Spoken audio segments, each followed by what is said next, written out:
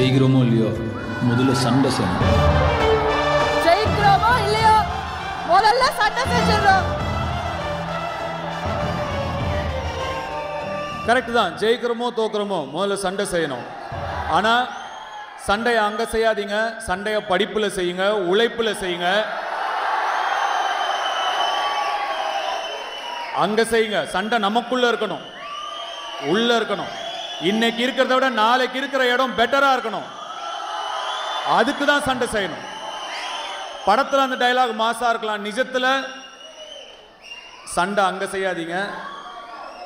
நம்மக்கிட்ட காடு இருந்தால் எடுத்துக்கிடுவாங்க, பூவாக இருந்தால் பிடிங்கிடுவாங்க. ஆனால் படிப்பை மட்டும் நம்மக்கிட்ட இருந்து எடுத்துக்கிடவே முடியாது சிதம்பரம்.